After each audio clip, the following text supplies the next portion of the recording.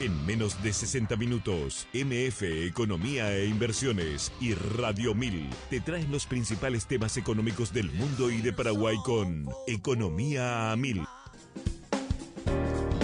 2 minutitos pasaron de las 13 de hoy, viernes 29 de abril de 2022, avanzando muy rápidamente. El último día de la semana, al menos a lo que a nosotros nos toca para hacer el programa. Y le decimos a la gente que el lunes fue, vamos a decirle por decreto, trasladado el 1 de mayo, Día del Trabajador, al 2, por una cuestión ahí de presidencia. Así que nosotros el lunes no vamos a estar con Economía 1000, pero seguramente los compañeros aquí de la radio nos van a estar reemplazando y volvemos el martes. Le decimos a la gente que pueden escribirnos al 0994-674-000 y le quiero mandar un saludo muy especial a nuestro fiel oyente Mario Canela, que ayer no le tuve. O sea, no, al menos no recibí algún mensaje suyo, pero hoy sí me dice: buenas tardes, Prince Alfredo Mateus, firme escuchándoles, buen fin de Día del Trabajador. Saludos, Mario. Muchas gracias, Mario. Espero que te toque un lindo día, como dice Prince. Claro que sí, depende de cómo uno lo vea, Alfredo. Cierto. Vamos al segundo tema que nos convoca hoy en Economía. Mira, Alfredo, y vos adelantabas acerca de los fertilizantes, pero antes de entrar como tema central, me gustaría ir un poquitito más hacia atrás. Y hay un informe sumamente interesante de la FAO sobre los alimentos. ¿Esos son los datos que tenés para compartirnos? Sí, sobre todo la FAO, digamos, viene, obviamente a la FAO le interesa mucho la seguridad alimentaria, es decir, que la comida llegue a todo y que cada vez, en este programa de las Naciones Unidas, que cada vez haya menos personas que tengan que no solamente morir de hambre literalmente, sino además que la nutrición sea, digamos, adecuada, ¿verdad? Se habla ahí también de una pobreza alimentaria que gran parte de las poblaciones africanas y de algunas regiones, digamos, también de Latinoamérica pasan, ¿no? Porque ahí hay que aclarar, Alfredo, yo no soy experta en nutrición ni nada, pero cuando me decís pobreza alimentaria y me hablas de nutrición, a mí se me hace y se me abre, vamos a decirle, la interrogante para responder. Una persona puede tener todos los alimentos que quiera, pero eso no significa que reúna las características o las necesidades calóricas. Entonces ahí podríamos hablar, por ejemplo, sí. Totalmente. Entonces va abocado a eso. Va abocado a eso, y en gran medida, como digamos, los alimentos, el precio de los alimentos se ha disparado a nivel mundial ya desde el año pasado en esta inflación creciente. Y eso obviamente afecta a las personas de ingresos más bajos. ¿Y por qué? Y básicamente porque en gran medida cuando vos ves el presupuesto de ingresos, digamos, los alimentos en cierta manera tienen un componente fijo, es decir, no es que en el mes vos vas a comer el doble. Podés sí variar en comer cosas más exquisitas y más caras, sí, pero por lo general, digamos, tu alimentación se traslada, digamos, de manera análoga o de manera parecida, digamos, mes por mes. Por lo tanto, si en esa canasta de consumo que vos tenés, en gran medida, gran parte de los alimentos que están ahí se disparan o tienen un aumento importante, obviamente que eso te come parte del presupuesto que vos tenías destinado para otros gastos. Entonces, de esa manera, las personas que tienen ingresos más bajos, donde se estima que los alimentos tienen un componente importante, ese presupuesto, es decir, es menos el margen o el resto que les queda para otro tipo de actividades como moverse, salud, vestido, educación, ropa, etcétera.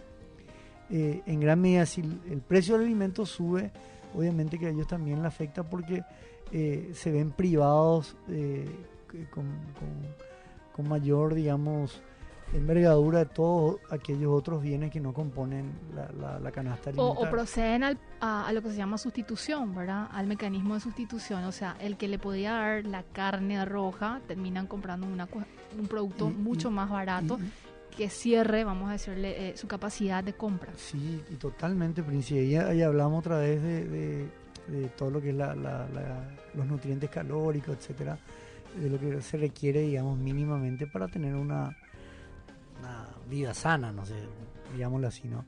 Entonces, según este índice, el índice de alimentos a nivel mundial ha aumentado más del 10%.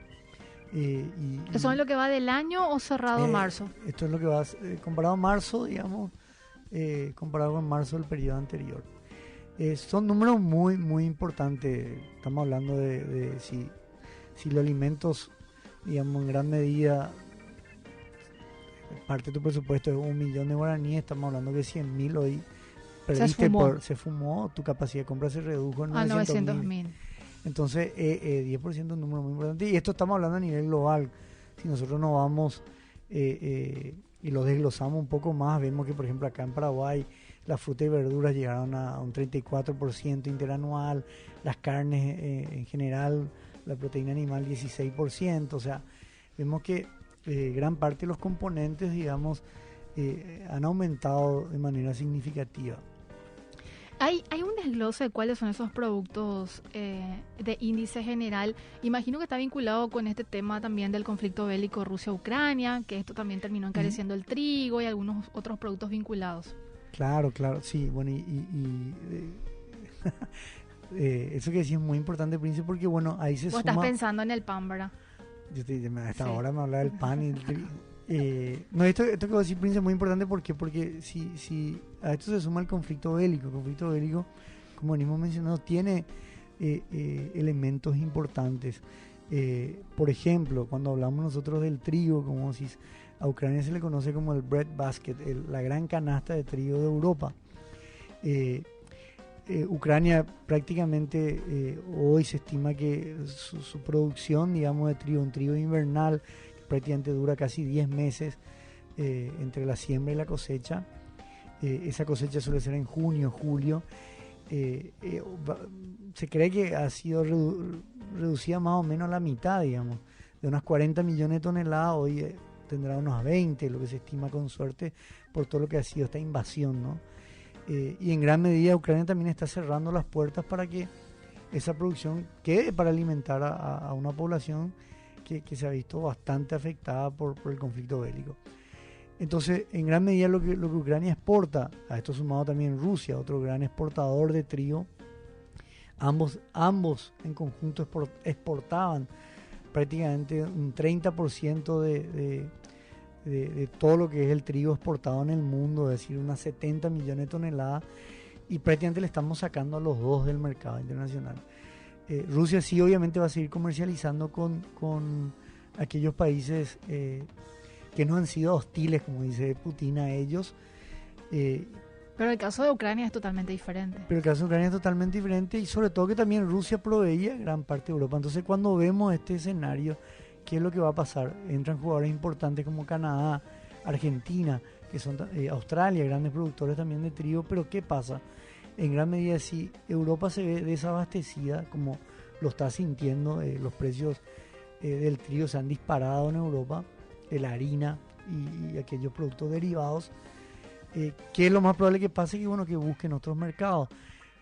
Cuando Europa busca otros mercados, probablemente aquellos que tienen menos espalda financiera, aquellos países que dependen porque por el clima, por la tierra, no tienen la capacidad de autoabastecerse, digamos, probablemente sufran mucho porque no van a poder acceder a ese alimento.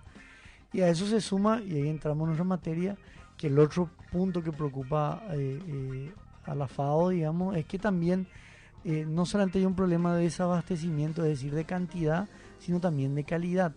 ¿Y por qué? Porque en gran medida la estimación que se habla es que el 50% de los alimentos que se consumen en el mundo vienen, digamos, producidos a través de los fertilizantes minerales. Ahí hablamos de... hablamos sobre todo tres, son los más importantes, que es el NPK, nitrógeno, potasio, fósforo, ¿verdad? Y acá entramos en temas, por ejemplo, si vamos al tema de los fertilizantes nitrogenados, el insumo principal para este tipo de fertilizante, acá estamos hablando de urea, nitrato de amonio, sulfato de amonio, el amonio en sí, digamos, ¿no? El insumo principal es el gas natural. Prácticamente el gas natural combinado con el nitrógeno del aire, digamos, ahí se forma el amonio y a través del amonio se van formando la urea, como te decía, el sulfato de amonio, etcétera, etcétera. O sea, no pueden producirse sin el gas natural que provee. Que provee en gran medida otra vez Rusia que es un gran productor de gas natural y que en gran medida el 40 o 45% de ese gas iba destinado a Europa. Y muchas plantas nitrogenadas, digamos, están en Europa, pero ahí de nuevo, al no poder abastecerse porque hay escasez y como vimos el lunes, Rusia ya cerró, digamos, la exportación a Polonia, Bulgaria, pero más allá de eso, como los precios también se disparaban por la incertidumbre y la volatilidad de este mercado, en gran medida también Europa buscará abastecerse de otros lugares, Estados Unidos, etcétera. Y bueno, y ahí entramos de nuevo en esta competencia donde tenemos una economía bastante desarrollada como es Europa y otras donde no tienen esa espalda financiera ni ese poder adquisitivo para poder pelear ciertos precios. Y de hecho, la FAO habla de que vos tenés ciertas salvedades, por ejemplo Brasil o nosotros, que en gran medida nosotros estamos usando los fertilizantes para productos commodity agrícolas como la soja, el maíz, el trigo, ¿verdad? Que en gran medida han tenido también un aumento importantísimo. La soja, como vimos, cotizada a $630 la tonelada, precios récords, digamos, que hace más de 10 años no alcanzaban esas cifras. Entonces, en cierta manera todavía se puede compensar. Pero tener otros países como hablábamos, africanos o de Asia, donde no tienen esa tierra o esa capacidad, digamos, de compensar, o los fertilizantes los usan para productos de consumo propio. Entonces ellos no se ven beneficiados por esta suba de commodities, porque no son países tampoco exportadores. Entonces probablemente a ellos sí también les termina afectando no solamente la cantidad, sino la calidad. Entonces en gran medida esto es como que está el tema alarmante. Y ahí otra vez vamos a otro tipo de fertilizantes. El potasio en gran medida Rusia y Bielorrusia son aquellos grandes proveedores al mercado internacional. Por ejemplo, y acá también entra un tema nuestro, ¿verdad? Cuando nosotros vemos el mercado regional, Brasil importa aproximadamente, así digamos en promedio, unas 40 millones de toneladas de fertilizantes. De una producción de y en gran medida Brasil usa casi el 80% de lo que consumen esos fertilizantes, y acá hablamos por lo general de NPK, ¿verdad? Sí. Ya sea a través de estos productos como como te decía, la urea, el sulfato de amonio, el cloruro de potasio, etcétera, o esos fertilizantes compuestos que usan ya los tres, ¿verdad? Entonces, en gran medida Brasil, el 80% de los fertilizantes, el consumo, digamos, que utiliza esos fertilizantes es para la soja, para el maíz, la caña de azúcar. Pero, bueno, Brasil se importa 40 millones de toneladas, en gran medida un 30% proviene de Rusia, Bielorrusia.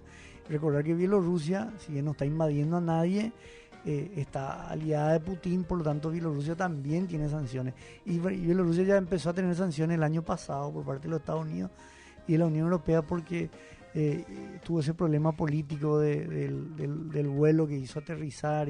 Recuerdo el caso. Entonces estamos sacando del mercado a dos países que han sido sumamente importantes, digamos. Y para reemplazarlo, Alfredo, ¿hay alguna economía que pueda hacerlo? Y en gran medida, por ejemplo, Brasil, acá va a haber ahí estamos hablando porque los precios se dispararon, sí, en gran medida por esta incertidumbre y por la escasez relativa que hay. Brasil, por ejemplo, sacó un plan nacional para ir reduciendo la dependencia y poder reducir el 50%, pero pensando aquí a 30 años. Este tipo de política está siendo, vamos a decirle, como una suerte de práctica en varios países europeos, tratando de desligarse de la dependencia que tienen con Rusia o con países denominados conflictivos, pero evidentemente eso que vos decís no va a ser de inmediata la aplicación o el efecto que estaban esperando. Sí, hoy se habla mucho, por ejemplo, de estos fertilizantes orgánicos a través de los residuos, ¿verdad? Pero todavía no hay una producción a escala que pueda justificar. Pero bueno, ya se está pensando como medida alternativa. ¿Por qué? Porque también hay que pensar que los fertilizantes minerales son minerales, o sea, tenés depósitos de potasa, depósitos de fósforo, digamos, y eso también tiene un cierto límite, así como el gas natural y como como el petróleo crudo. Entonces, hay sí una cierta mirada por parte de la industria, pero bueno, nadie se imaginaba que iba a llegar este tipo de conflicto y que las medidas también iban a ser también de esta manera. Entonces, por ejemplo, si vamos a Paraguay podríamos decir que importó en el año 2021 1.5 millones de toneladas contra 40 de Brasil. Pero en un gran número de estos fertilizantes Brasil ha sido un proveedor importante. ¿Hay números de cuánto es? Por ejemplo, si vamos a la urea. La urea, por ejemplo, el 59% venía de Rusia. Unas 35.000 toneladas aproximadamente. Este año ya no se importó nada de Rusia y prácticamente Brasil el que le ha venido a reemplazar. Y por ejemplo, para que veamos, el precio de la tonelada, digamos, de Brasil, bueno, por lo general el precio de la urea de Rusia era más barato que el de Brasil. Por eso la traíamos de ahí, ¿verdad? Pero para que veamos nomás, en el 2021 el precio promedio de dólar a la tonelada de la urea de Brasil estaba $509 a la tonelada. Cuando en el 2020, digamos, estaba en 320. O sea, en plena pandemia. Plena pandemia. Cuando todavía los precios de los commodities tampoco estaban tan altos. Pero en el 2022, en este primer trimestre, el promedio dólar a la tonelada de la urea es $805. O sea, básicamente tenemos un aumento de más del 60%, ¿verdad? Que evidentemente impacta en el costo de la estructura de las empresas que necesitan de este tipo de insumos, ¿verdad? Otro fertilizante hidrogenado, el sulfato de amonio, que también ha sido muy, muy, muy importante. A ver, te voy a decir aquí unos datitos. Sulfato de amonio. Sulfato de amonio, por ejemplo, en el 2020 se importaron 121.000 toneladas, en el 2021 150.000 toneladas, un 24% aumentó, digamos, la importación de este producto. Y cuando vemos los países más importantes, China acá tiene el 90% prácticamente de este producto, importamos de China. Y China, por ejemplo, mira, si vemos los precios también, pasó de $171 a la tonelada a $321 a la tonelada. O sea, un 80% aumentaron los precios respecto con el 2020, ¿verdad? Fosfatados. Acá Argentina y Egipto son los principales países del cual nosotros importamos. Prácticamente de Egipto vino un 40%, Argentina un 37%. El precio de Egipto un 15% más barato que Argentina. Qué notable eso, ¿verdad? Yo diría se compensa de alguna manera con el traslado, el flete y demás, pero al parecer para el sector evidentemente no llega a esa compensación. Y aquí estos abonos, la variación del precio es del 60%. Cloruro de potasio. Cloruro de potasio muy importante ahí para bueno, eso también, entre paréntesis, para la audiencia, ¿verdad? En gran medida, por ejemplo, las gramíneas, el trigo, el maíz, sí son cultivos que requieren mucho más nitrógeno, por ejemplo. Que la soja. La soja, nosotros ahí, eso podemos preguntarle después a Martín cuando venga. Recuerdo más su exposición y había hecho esa explicación. En gran medida el fósforo y el potasio, bueno, nosotros no tenemos un déficit, digamos, del fósforo acá. Por lo tanto, para la región oriental, en muchos cultivos, prácticamente el fósforo es muy importante, ¿verdad? Pero, por ejemplo, en el cloruro de potasio, Rusia tenía el 60% de las importaciones y prácticamente el precio aumentó un 139%. O sea, estaba en el 2021 $309 la tonelada y en estos primeros meses que pudimos importar algo, el precio estaba en $739 la tonelada. El que le está tratando de reemplazar este año es Canadá, que pasó de un 20% de participación, ahora tiene un 35%. Como en marzo ya fueron prácticamente suspendidas ciertas compras. Y el precio también de Canadá, que varió de un año a otro, es de 121%, o sea, más del doble. Una locura, Prince. Así mismo. Y por último, quizás para ver, digamos, en el NPK, lo que serían los fertilizantes compuestos, digamos, agregados, acá Brasil es el que tiene un 80% de este mercado, ya son industrias que prácticamente de estos insumos elaboran los productos combinados y generalmente vos podés ver el porcentaje que tiene cada uno, ¿verdad? Acá tenés marcas como Fertipar, Yara, Josapar, Fecoagro, etcétera. Y básicamente, digamos, acá el precio subió un 26% respecto, o sea, comparado este primer trimestre con el promedio del año pasado. O sea, prácticamente hoy el promedio al cual importamos en este primer trimestre del 2022 es a $481 la tonelada, con eso era el 2021 con 621. Desde el sector productivo, Alfredo, habían manifestado su altísima preocupación por esto que estás compartiendo, porque las perspectivas no son tampoco tan alentadoras, ¿verdad? Y en gran medida yo creo que por eso esto es un tema muy importante para hablar, digamos, con ingenieros agrónomos. ¿Por qué? Sí. Porque acá yo no soy un experto, pero sí lo que he ido escuchando mucho de los análisis que ellos van haciendo, en gran medida ellos van diciendo que acá la coyuntura lo que te está diciendo es que vos tenés que tener un plan integral mucho más importante. ¿Por qué? Porque los números van a ser muy finos. Y sobre todo teniendo en cuenta la zafra, que fue un desastre, digamos, de este 2021, ¿verdad? 2022, esta temporada. Entonces también ya el productor se ve un poco apretado, digamos, financieramente. Por ejemplo, en el uso eficiente del fertilizante. ¿Por qué? Porque un uso ineficiente, o sea, ponerle de más con los precios, te podría obviamente reducir los márgenes de ganancia.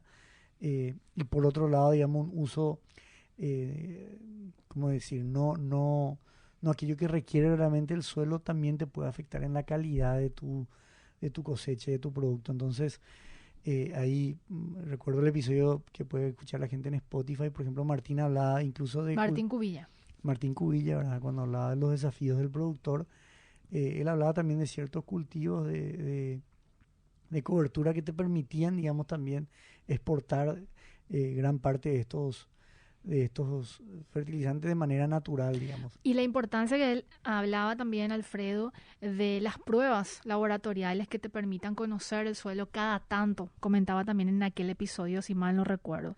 Entonces eso de alguna manera hace que el productor pueda evidentemente saber cómo está su parcela o las hectáreas que tiene que sembrar, y sobre eso trabajar la necesidad o no de importar más este tipo de fertilizantes, otro tipo de insumos. Totalmente, y creo que ahí la región, digamos, juega un rol muy importante, porque estamos viendo que, por ejemplo, en el caso del trigo, que hay una cierta interrogante, ¿verdad? Ya sea por cómo va a ser la cosecha de Ucrania, ya sea cuánto Rusia va a poder exportar de aquello que produce, ¿verdad? Tenemos un jugador clave como Argentina, por ejemplo. Brasil prácticamente, que tiene una cosecha de 6 millones de toneladas de trigo.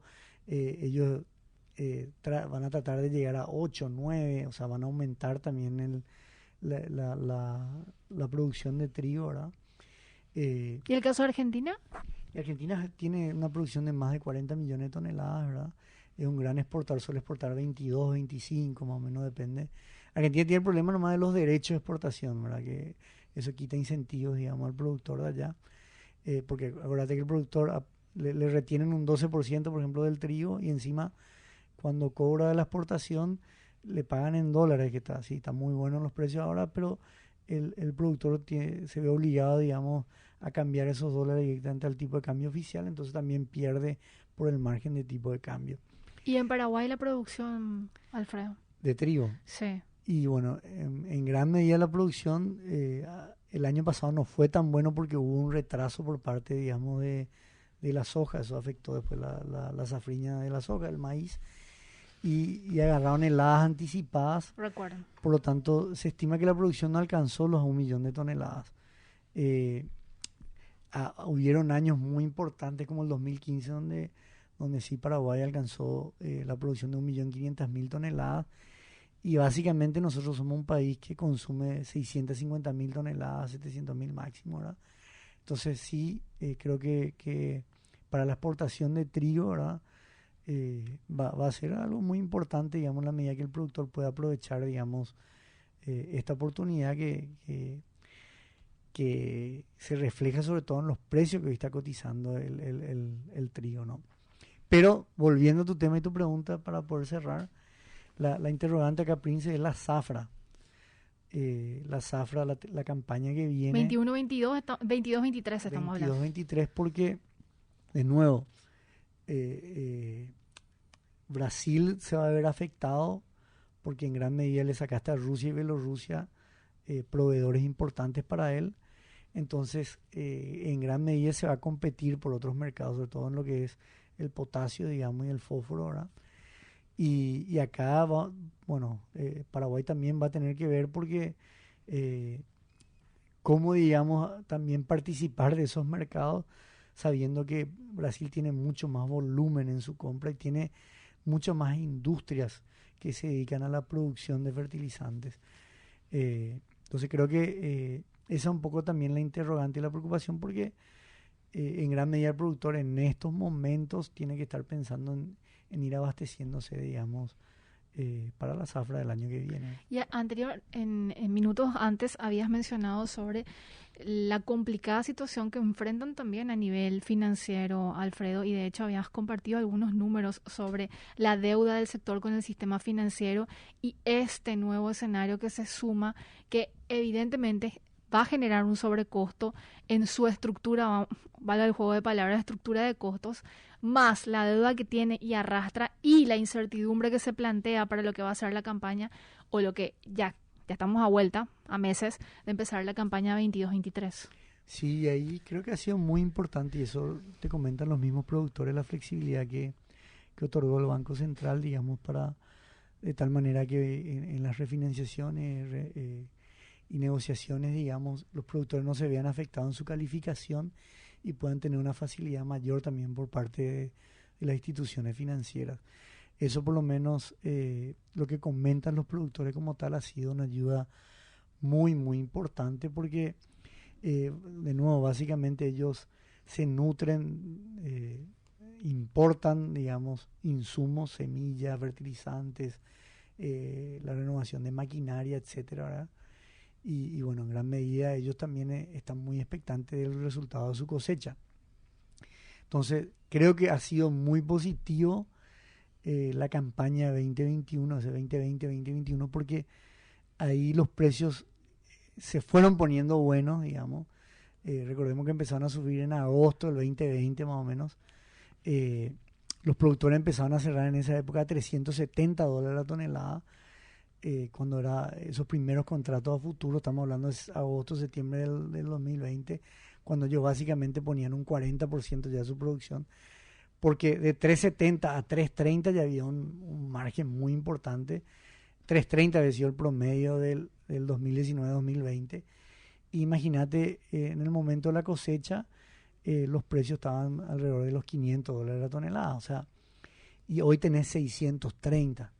O sea, hoy hay una oportunidad muy interesante, pero de nuevo, como vimos, vos tenés prácticamente el precio de tus fertilizantes que se han duplicado en algunos casos, o están llegando al doble. Entonces, claramente te exige, digamos, una administración financiera muy, muy importante, ¿no? Lamentablemente llegamos al punto final de Economía a Mil. Le decimos a la gente que este episodio y los demás que tuvimos antes justamente de este, pueden encontrarlo en Spotify en Economía a Mil. Todos los capítulos, Alfredo. Así mismo. Y le saludamos a la gente, le deseamos un buen fin de semana, también un buen lunes de feriado. Y nos vamos a reencontrar el martes. Nos reencontramos el martes. Con precaución, Alfredo. ¿Cómo te caracteriza? ¿Precaución en qué? En todo sentido. Ah, entonces sí, claro. Por supuesto. Y esperemos que el clima se comporte. Pero yo ya no emito ningún tipo de opinión ni de pronóstico porque en serio no es mi expertise. Ever, Mirna, Priscila estuvieron también del otro lado y los compañeros todos de Radio 1000 y por supuesto la audiencia que nos sigue todos los días, iba a decir los sábados, todos los días de lunes a viernes de 2:30 a 13:30. Nos reencontramos el martes.